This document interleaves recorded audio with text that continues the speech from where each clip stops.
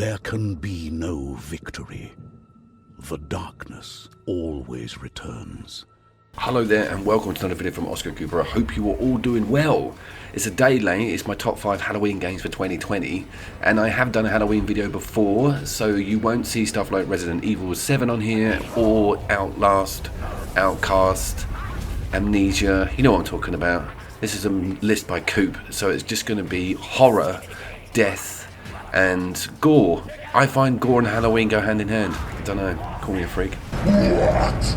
We're starting with Vermintide 2, a game I have reviewed before independently, on its own is what I mean, and it's got some interest lately. It's had thwacking great updates. When I went to reinstall this, it turns out that it's 76 gigabyte, and I've had to go to my PC version of the game to actually get some decent footage of you. I can play the prologue, which is what you're looking at now, so handily enough, we get to see two versions of this game. We get to see the PlayStation 4 Pro version, and we get to see the PC version on my little Lenovo 520 Legion.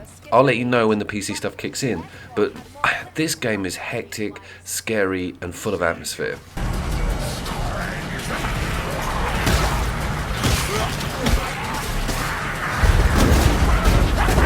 All of these games are getting played single player. I may even put that in the description because I think an offline game is much more scary when it comes to Halloween. 7 Days to Die and Death by Daylight I think have been done to death. There is a survival game on this list, but I want to keep it really varied, and I'm starting with a hoardy, crazy Warhammer first-person hack and slash, and look at how beautiful it is. One of the things they didn't update are the character models themselves. I'm not too keen on how they look in game. Your character model looks really cool when you go into the menus and stuff, but that mage lady, they need to sort her face out. Simply terrifying. We're now looking at the PC version of this game, and this is a later mission. Actually, it's a new mission that came in as free DLC. Like, it always seems to be updating on Steam with new content, and there's loads of new cosmetic content, and there's a new character, something to do with the Holy Grail mission or something. So that's probably where the interest is coming, because I'm getting random people looking at that video, and it's 2 years old, so it's quite strange. But what a cool game, and what a frightening game, and what a hellish world it's set in.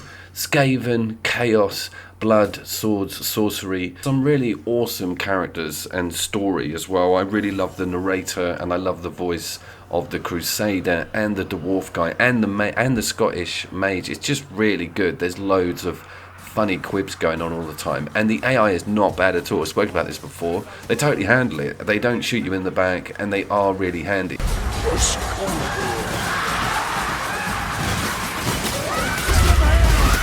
As you can see, the PC version, or my Lenovo version, does cope quite well. There's a bit of screen tearing. I don't think I've got all of the textures on Ultra, but this is such a great game when it comes to panic and getting dragged off and just feeling threatened from every direction. I killed that.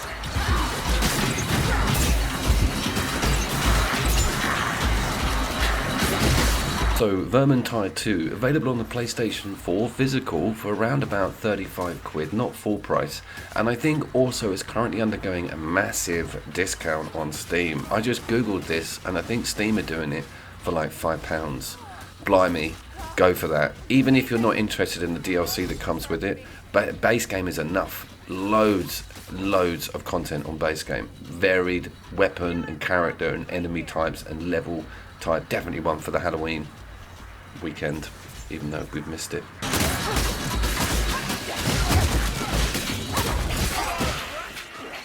It's up here. So next up is the forest. It's time for the forest. It's time to talk about the forest. This is such a scary game because of its subject matter. I tell you what it pulls from. It pulls from The Descent, that film with those horrible little things living underground. It pulls from stuff like Lost, with the technology being hidden, or there's something going on underground that you're not too aware of. And it pulls from all kinds of spelunky, disaster, being trapped, claustrophobic films. There's so much inspiration here from different directions, but Christ does it work.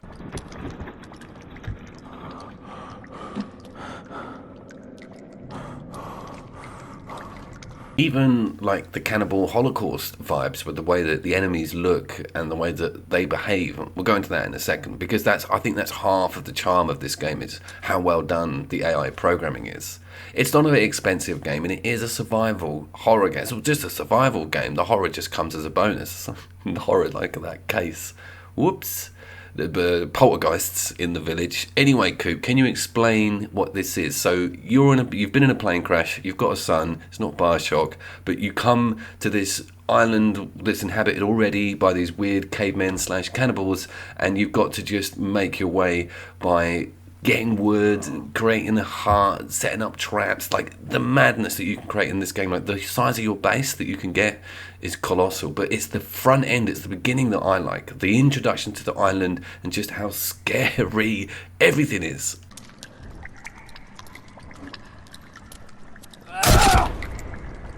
You do get your fair share of weaponry. It kind of pushes melee combat. It doesn't really make a jump to massive projectile weapons. There is some really crazy... There's a chainsaw in this game, to be fair. It's kind of like a brain-dead inspiration at one point in the game. There's also, like, I don't want to spoiler it too much, but I've seen late-game footage of this, and people are in fucking laboratories, and there's electric doors and stuff. So, yeah, we've got some DARPA stuff going on there, and they've also been murdering some tennis players. But look at the skulls in front of their bases. It's the introduction to these cannibals that's really genius with the game layout. You start seeing skulls around on poles. You start hearing things in the woods. You always start the game in daytime, and slowly the night starts creeping in, and you start realizing what you're dealing with.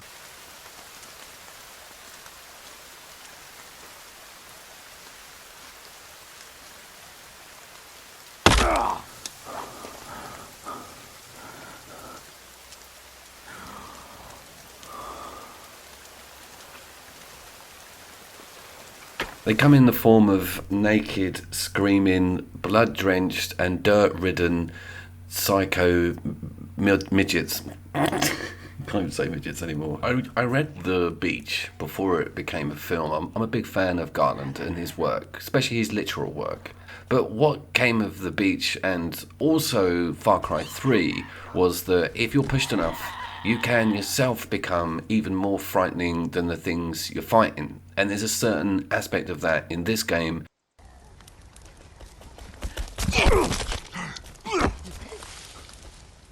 The more you start building, the more you start crafting, the more brutal you become. And murdering these things and hearing them scream and watching them suffer as much as you do, it kind of pulls on a number of different emotions. The fact that they look the way they do and behave the way they do takes away a lot of the remorse with murdering them all, but I still have that back of my mind Spec Ops thing, yeah, going on. Would I recommend this game to be played offline and solo? Yeah, I totally would. I find a lot of satisfaction in playing survival horrors on my own. I like the idea of the seclusion, but there's also online multiplayer up to 4, I think, and that in itself is a whole different world. You guys can really get stuff built and get stuff happening. You can take on these things. It's really cool how much you can do with friends. So number 4 on my Halloween 2020 PS4 games list was The Forest. Cost around 25 quid, $30. Not available physical, unfortunately, but available on most platforms.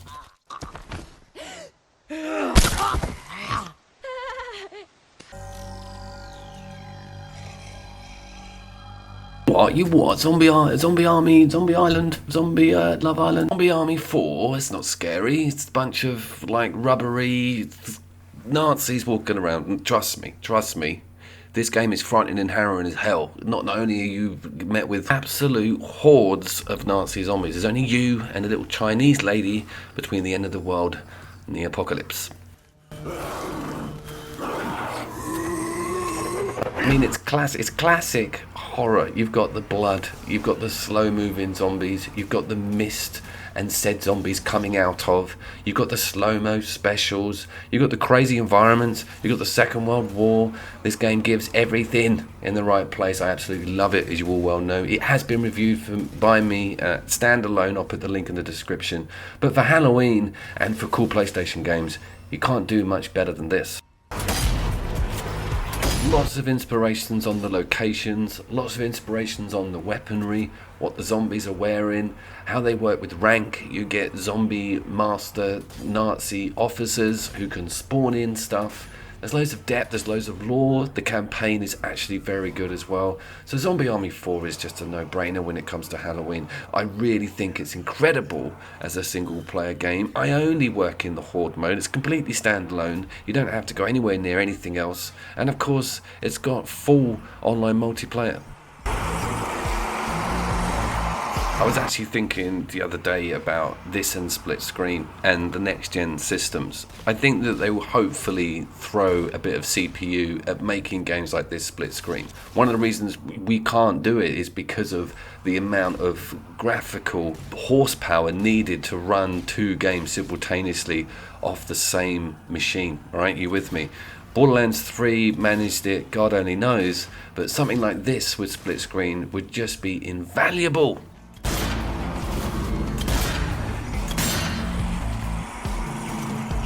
Let's get back to what we're looking at, because I'm a big fan of Strange Brigade, and this has got a very similar horde mode with supply drops that come in between the waves, cool equipment, cool new areas opening, cool new one-off guns getting found, and the sections of the map circling around on each other and being able to just train the zombies into a big queue. And it is frightening, man. You get panicked, really panicked sometimes. Check this out.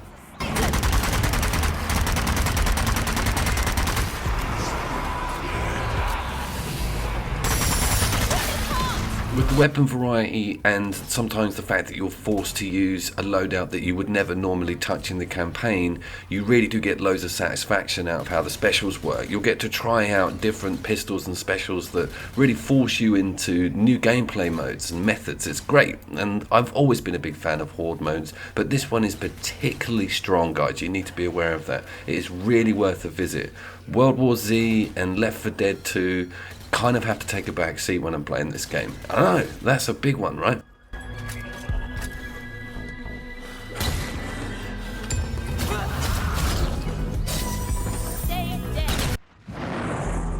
Yeah, I know, Doom, the horror that is Doom Eternal's difficulty.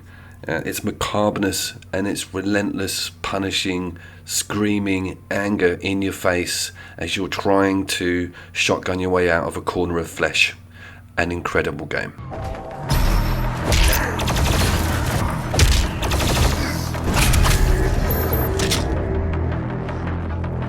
Actually, incredible scenery. I always take that on board when I do my playthroughs. I like to get a bit of level variety, so I'll often go back to older levels as a more powered up character and kick ass. But it gets me looking, and I get to see parts of the games that I would have rushed through normally. And this one was really fantastic. Look at the greenery here. I never even noticed this before. I think I'm kind of probably halfway through this game. I haven't got to the DLC yet, but I did want to talk about just horror and relentless, blood-curdling, monstrous wave of enemies that come at you in this game. So unforgiving, but you just get used to it.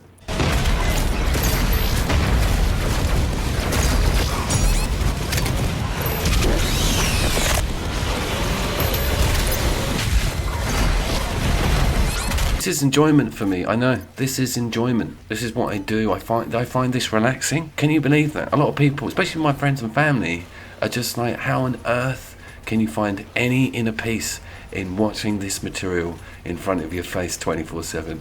Trust me, you'll find it.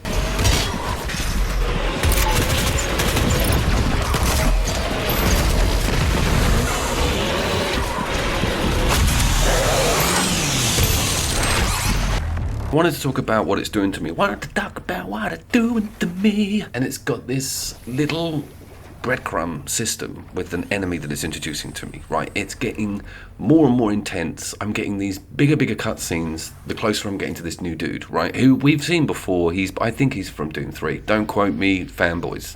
But I'm loving this introduction.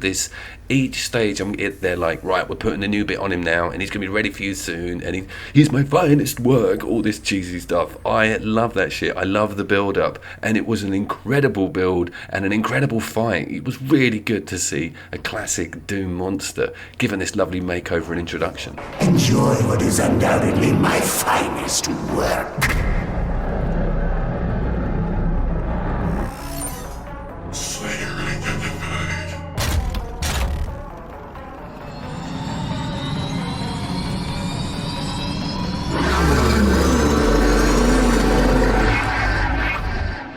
starts you right in front of him. I'd never have done that. I walked into that arena on the edge, on the perimeter, on the rim. There was no way I would have frog marched into the middle to say hello to this lunatic. Look at him. He's absolutely terrifying. Doesn't give you a second. He's also got a second phase that kills me as soon as he turns into it. But man, I loved it. And for me, the fear of dying and the fear of what you're fighting and the just intensity is where I find the real payback when it comes to playing a game like this and getting used to those controls and mastering all of the weapons and becoming confident and badass. Well, back to that thing again where you actually become far more frightening than anything you fight in this game. You're the Doomslayer, for fuck's sake.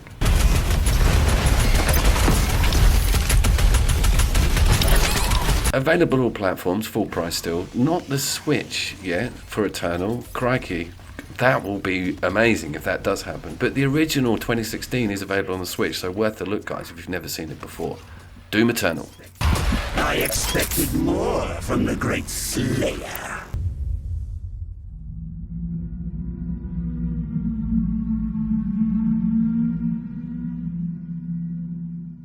I don't know if you can hear me, but I made it across. It's really bad here, Verlaine. I think there's something here. So welcome to my number one spot, and it is of course Alien Isolation, and I have of course cheated you and put this at number one when it was in a Halloween video I did a long time ago, and it was one of the first games I ever reviewed on the channel. Can you believe that? 4.5 years ago I did an Alien Isolation review on my headset. It was crazy. My girlfriend was in bed at the time. I was trying to keep the noise down. Ripley looks like she's been punched in the face. Anyway, we're talking about the new Crew Expendable DLC. It's not that new anymore. It's new for me because I thought I'll fork out and get more content for it because I love this game. And this is like being on an actual freaking film set. Not just any film set. My favourite film of all time, potentially, film set. So I crept around and I looked at everything.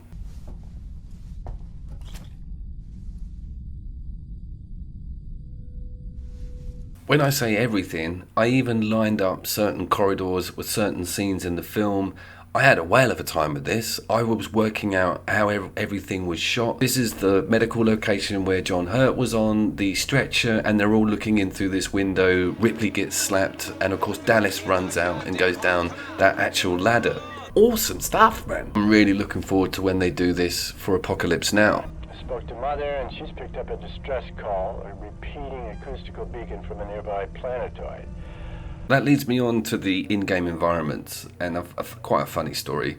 But I've moved house, there was a party over the road, it was massive, and it was like 4 or 5 a.m, and I just couldn't sleep because of the noise, so I thought I'll put some of that relaxation crap on, and it's always like rainforest, thunderstorms, but there was Nostromo, there was like 10-hour noises of this ship, and I was like, bloody hell, I never thought that they were that relaxing. That can shit me up listening to that in bed. But I put it on and I really listened to the creaking metals, to the tiny little noises they put in.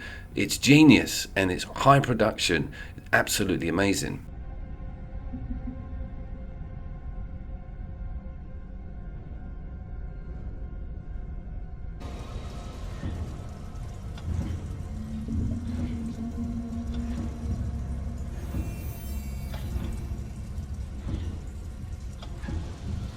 That also brings me on to the characters and how well they're versed within this DLC. Basically, you do missions that kind of directly relate to some of the stuff that happens to them in the first film. I thought that was a lot of effort there and really clever to keep it all in a conceivable canon, if you know what I mean. This is a great bit of footage. So that's the face hugger that they've pulled off John, right? Because he's not in the DLC. So this is right after it bursts out of him and disappears. And as I'm looking at this, Ash comes over and is standing there doing weird shit next to me and he mutters something and I'm just like, whoa, get me out of here. But we haven't even got to the main character.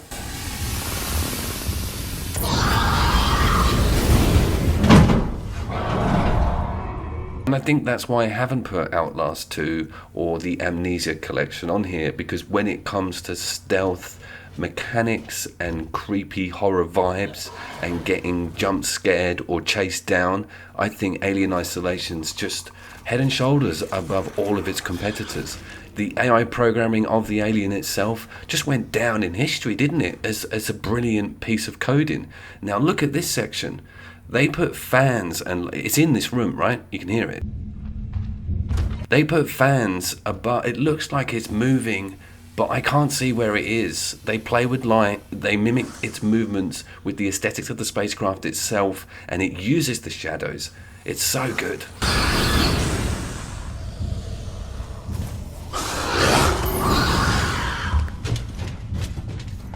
I said it before, the sphincter tunnels, they nailed the noise of those things opening up. And one of the missions is a section from the film where Dallas is in these corridors and it's coming for him and she's giving him directions and it's all going wrong. The panic's there, everything is there. With you.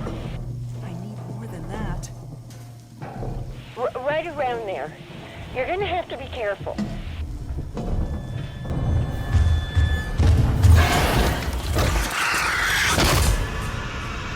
So thank you very much for watching. Alien Isolation was obviously #1, available on all platforms, and it has a VR compatible mode on the PC. Christ alive, that would be good. Stand by for more Couch Co-op and Cyberpunk, hopefully this side of fucking 2021.